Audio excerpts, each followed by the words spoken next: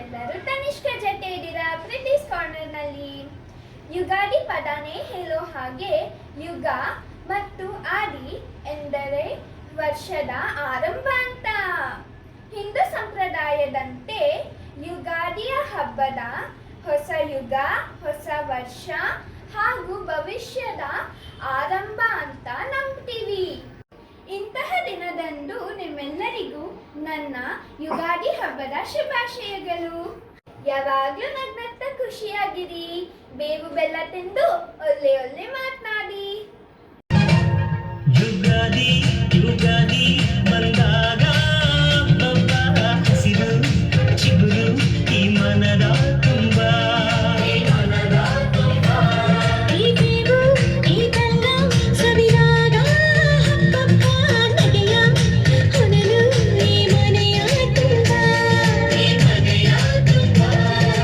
ಮನದ ಮಾಮರದಲ್ಲಿ ನಾವು